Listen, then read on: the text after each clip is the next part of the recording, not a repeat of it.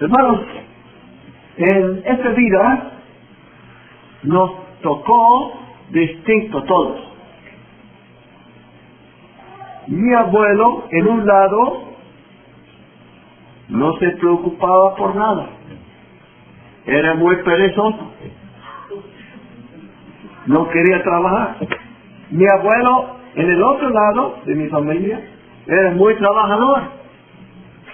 Muy dedicado a Dios y su palabra. Se esforzaba mucho y cuando murió, dejó herencia a cada hijo. Y tenía 11 hijos, pues de los 11 vivieron 10. Uno de estos era mi madre. Le tocó a cada uno un terreno. Imagínense. Porque se esforzó mucho. Dice Proverbios capítulo 19, 14, que casa y terreno son herencia de los padres, pero una buena esposa es del Señor. Casa y terreno son herencia de los padres. Cuando se muere el padre puede dejarte una casa, un terreno, un carro, algo, qué cosa. Pero una buena esposa viene del Señor. Por eso queremos apreciar una herencia, pero no quiero hablar mucho en esta noche de una herencia aquí que no va a durar mucho, porque la herencia que nos toca aquí, aunque sea un carro, pues ese carro no va a durar mucho. Aunque sea una casa, ¿cuánto va a durar una casa? Pues unos cuantos años y pues se va acabando. Pero una herencia celestial que dice 1 de Pedro capítulo 1 versículo 4, una herencia reservada en los cielos. Y si quieren notar conmigo, es 1 de Pedro capítulo 1 versículo 4. Pedro habla de esa herencia. Usted sabe que una herencia no se gana. No trabajas por merecerlo, sino lo recibes porque eres heredero, eres hijo o hija. Pedro empieza en el versículo 3 con una gran clamación. Bendito el Dios y Padre de nuestro Señor Jesucristo, dice 1 Pedro 1:3, que según su grande misericordia nos hizo renacer para una esperanza viva por la resurrección de Jesucristo de los muertos. Recuerda que Pedro estuvo al suelo después de haber negado a Cristo 3 veces, al suelo en su esperanza, al suelo en sus ganas de haber negado a Cristo. Y ahora que Cristo resucitó, le dio una nueva esperanza por la resurrección de Cristo. Ahí dice versículo 4, para una herencia incorruptible, incontaminada e inmarcesible. No es algo que se contamina, se oxida, se marchita, nada de eso. Ahí es algo que dura. Es eterna. Dice, reservada en los cielos para vosotros. Es muy fácil leer este versículo. Es muy fácil entender este versículo, pero no es tan difícil moverlo de mi mente, de mi pensamiento a mi corazón. Y decir, gracias a Dios que yo tengo esta herencia. Gracias a Dios que mi nombre está escrito en los cielos. Recordamos cuando Cristo dio 12 apóstoles a predicar, después mandó 70 a predicar. En Lucas capítulo 10. Y en Lucas 10, si quieren ver conmigo, en el versículo 17 volvieron los 70. Muy contentos. Estaban contentos porque habían recibido de Cristo poder de echar fuera demonios, de curar, de sanar. Pues eso sí es bueno. ¿Verdad? Pero Cristo dice a ellos, no se van a regocijar en eso. Fíjense el versículo 17, estamos en Lucas 10, 17.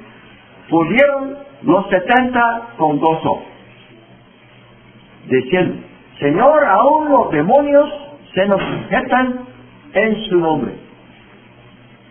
A ver, ahora en estos textos que siguen, Cristo está explicando, bueno, que yo veía a Satanás caer como un rayo del cielo. Satanás no pudo con Jesús ni sus siervos. empezaron a predicar y echar fuera de los demonios. Pero después, Cristo les dijo, potestad o poder de hollar hasta víboras. No les iba a hacer nada de daño.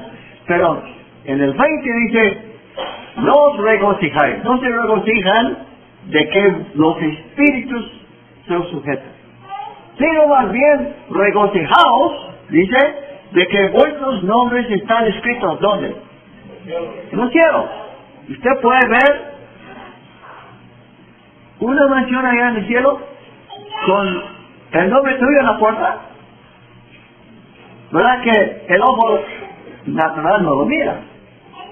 Pero cuando Dios nos alumbra los ojos de nuestro entendimiento, y cuando crece la fe como debe crecer, el ojo de fe, el ojo espiritual, puede ver promesas que Dios promete. A veces cuando uno sabe que la persona que le promete es confiable, no importa lo que le prometa, lo confía. Pero si no confiamos en la persona y la persona nos diga algo, nos prometa algo, de repente estamos dudosos. De repente estamos diciendo, a ver si, ¿verdad? ¿Se fijaron ustedes aquí ese montón de ramos aquí enfrente del edificio? Hace 2 meses hasta hoy. Y nos dijeron al hermano que los puso, sí van a recogerlos la ciudad. Pero hasta la fecha nada. Bueno, entonces hemos estado hablando y me dijeron ayer, sí van a recogerlos hoy. Muy bien. Pero nada. ¿Qué estoy diciendo? Estoy diciendo que a veces gente promete, pero no cumple. Pero en este caso, Dios no es así. Cuando Él promete una cosa, sí lo va a cumplir.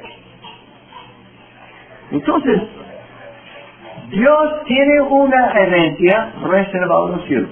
Y eso es muy lindo. Pero quiero mostrarnos un gran cuidado. Fíjense en el libro de Efesios capítulo 5. Efesios 5, versículo 5. Una advertencia de ciertas personas que no van a alcanzar esa herencia. O sea, la herencia, aunque es muy grande, es seguro, no es para todos. Si uno no cumple, si uno falla a Dios, no va a alcanzar esa gran herencia. En Efesios capítulo 5, versículo 5 dice, porque sabéis esto, que ningún fornicario, o sea, persona inmoral, o el mundo, esa es una persona impuro, o avarro, esa es una persona que ama al dinero, que es idolatría, tiene herencia en el reino de Cristo y de Dios. Dice que ninguno de esos tiene herencia en este reino de Cristo y de Dios. Nótense que se habla del reino de Cristo y del reino de Dios como la misma cosa. No son dos reinos. Es la misma cosa. El mismo reino de Dios es el mismo reino de Cristo.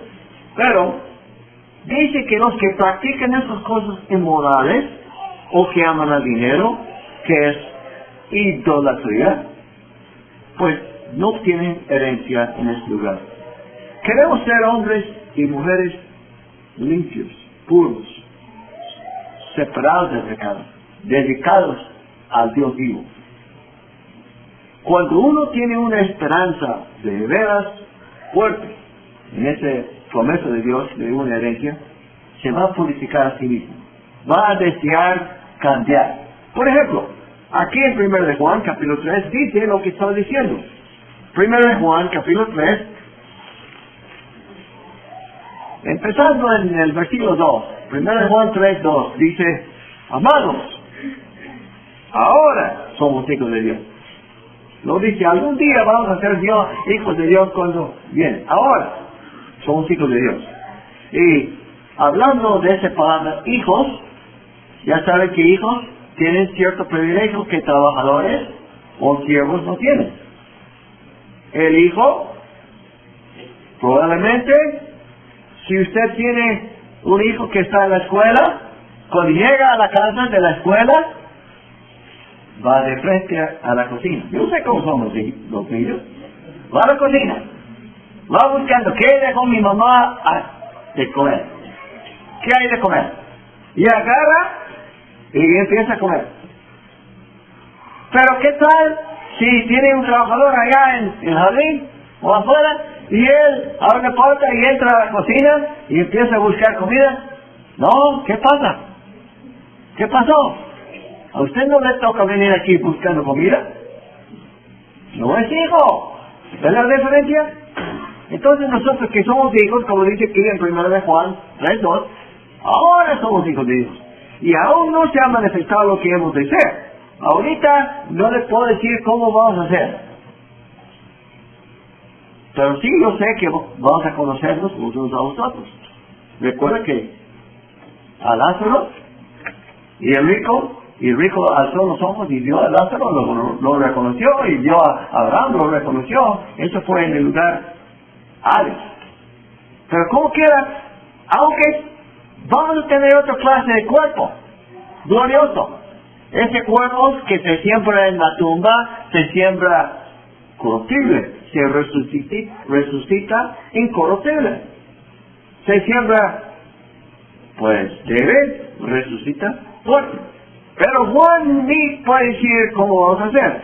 No, dice, aún no se ha manifestado lo que hemos de ser. Pero, estoy leyendo todavía el versículo 2, sabemos que cuando Él se manifiesta, o sea, cuando Cristo viene la segunda vez, seremos semejantes a Él, porque le veremos tal como Él es. Ese cuerpo,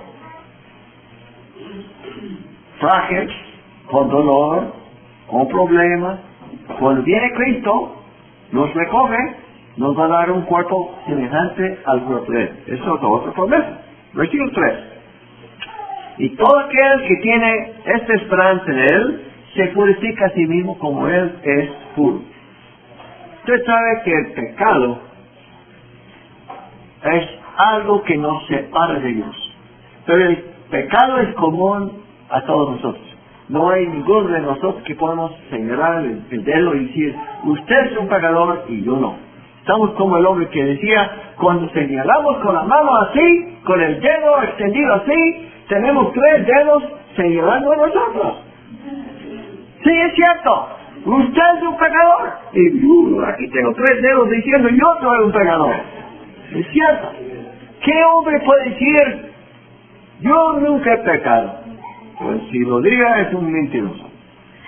Pero aquí vemos que queremos separarnos del pecado. No queremos dedicarnos al pecado. Estamos muertos a lo malo cuando empezamos esta vida cristiana. Pero ya hemos visto que los que son fornicarios, o sea, adúlteros, avaros, inmorales, no van a tener herencia. Lo pierden. Bueno, entonces vale más cuidarme. Porque si tengo esa esperanza de vida eterna en el cielo, yo me voy a purificar. Usted no puede purificar a mí, ni yo a usted. Yo tengo que cuidar mi ojo, mis manos, mis pensamientos, para ser puro, limpio, como Dios quiere de nosotros. Pero esa herencia es muy lindo, hermanos, porque Dios en su sabiduría nos predestinó. Usted tuvo ya de mano ese plan de que nosotros íbamos a recibir esa herencia. Qué bueno, ¿no? Pero alguien va a decir, bueno, ¿cómo voy a saber si voy a recibir una herencia o no? Bueno, en el libro de Efesios capítulo 1 nos explica que nos da Dios una garantía. Si a usted le tocó comprar una casa una vez, yo me acuerdo que nos tocó poner cierta cantidad de dinero cuando dijimos, queremos comprar esta casa. Muy bien, pero tuvimos que entregar, no todo, pero cierta cantidad suficiente para que el dueño supiera que no era nomás de la boca, como dice, que no era nomás promesa hueca, que era promesa respaldado con garantía. Entonces Dios es el que dice, tengo reservado para ustedes